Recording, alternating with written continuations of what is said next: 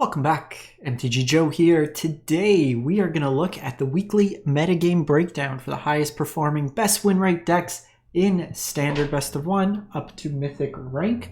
There's a couple days left in the season, so folks are pushing for that top 1200 Mythic, potentially top 250 Mythic finish to get their qualifier weekend goodies for the next month. So we're going to look at what the metagame looks like in terms of distribution of decks and then which decks are winning the most. From the stats that we get from UntapkedGG, what you see on the screen, companion tool that tracks user win rate, gives a whole bunch of cool stats. Before we jump into it, I actually have a question for you folks. Let me know in the comments, do you think standard needs bans? And if so, what would you ban? I have a couple ideas. I'm curious to what others think. I think there could be 3 to 4 bans to kind of open things up. While there are multiple decks, in my opinion, the format seems to have some outliers just in terms of power level. That makes it a little bit difficult to try to compete in some of those axes. So I think there's some cards that you could potentially explore, make things a little fresh. We've had basically the same format for the last 2 sets. And then with the new set coming in, I don't know how much it's going to shake things up relative to some of the power outliers that exist. But curious to what you folks think in the comments below.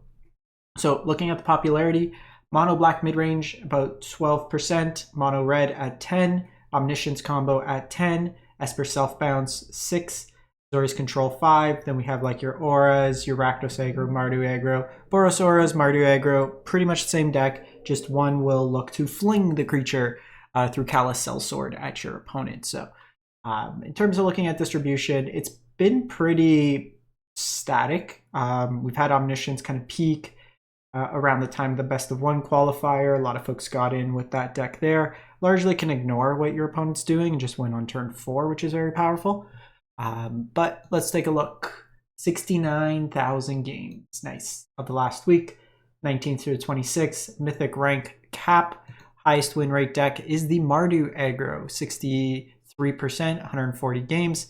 This deck here, again, it's called Mardu. It's still Boros. The Callous Sellsword is just being used for the burn together ability. What you're trying to do with this deck is combine things like your Mouse package, Emberheart Challenger, Manifold Mouse, Heartfire Hero, in addition to Optimistic Scavenger, a card that allows you to distribute counters amongst your various creatures whenever you have a aura or an enchantment come into play. Then you're just kind of building a giant creature.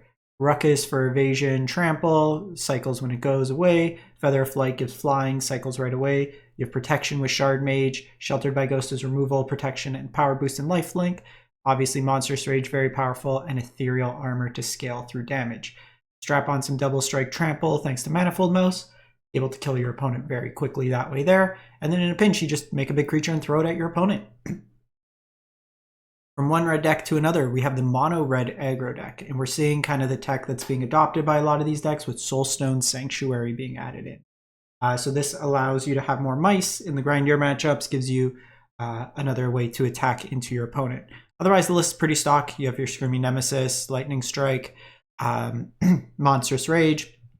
Sometimes you'll see in best of one, the decks opt to play a couple shocks over like Witchstalker, stuff like that, given that the format tends to lean more aggressively slanted. So the more cheap 1-mana removal you have, it enables you to better adapt. Like when your opponent's on the play, they play Heartfire on 1, you have a response to them right away.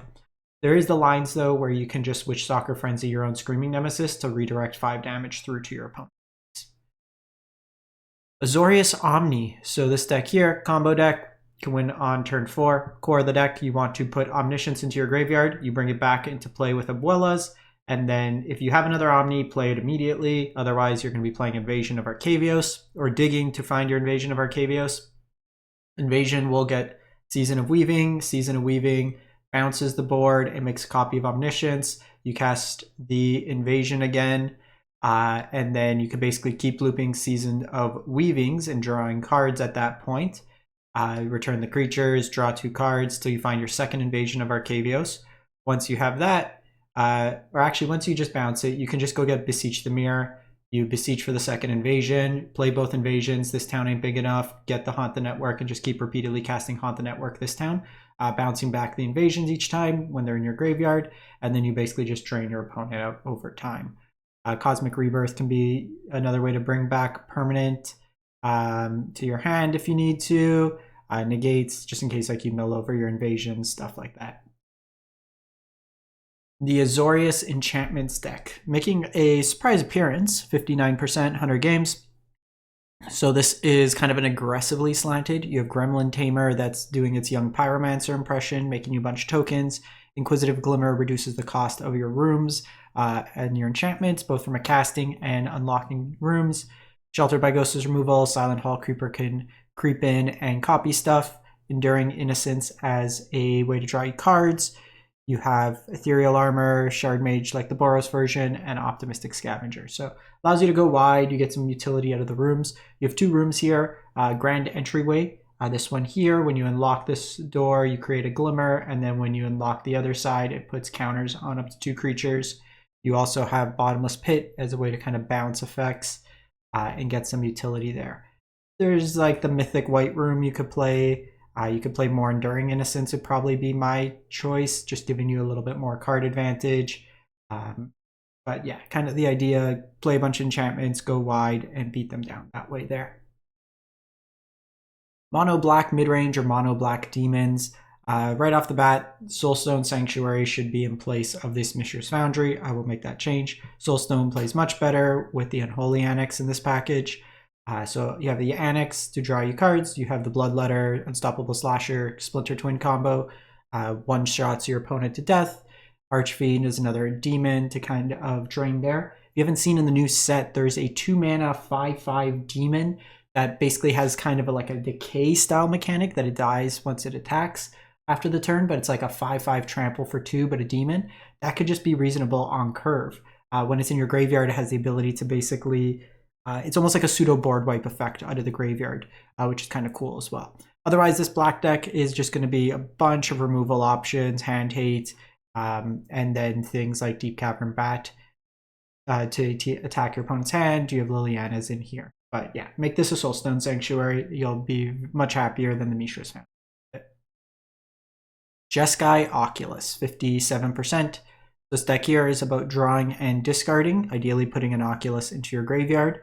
The pro gamer move is turn 1, play a Surveil land, Surveil over Oculus, and then bring it back with Helping Hand or Recommission. You have Prophecy-Datic Memory that can distribute counters on your creatures based on all the drawing discarding.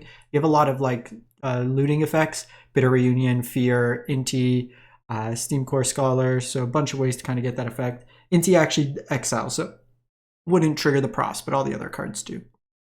Then you have cheap removal, Torch, some Disruption, Spell Pierce, into the Flood Maw, bounce off as well.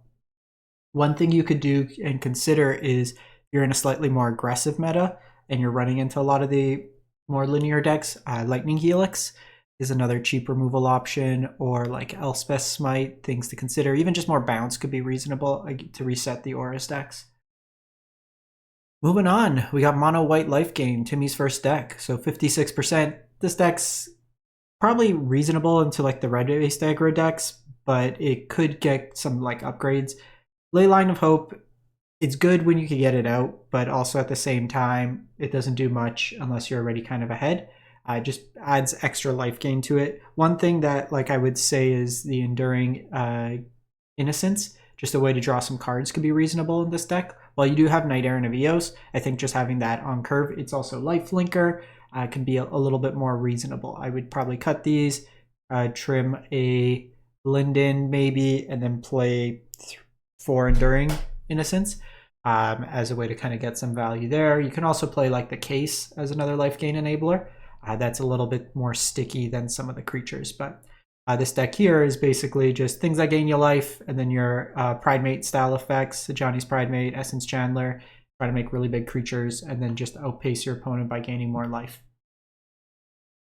Orzhov Bats, 54%. So this is a raised pass deck. So what you're trying to do with this deck here is put cards into your graveyard. You have kind of a life gain package again with Essence Chandler, a bunch of little things that gain you life. So you can just nickel and dime your opponent. Amalia helps you hit land drops. Can be a board sweep.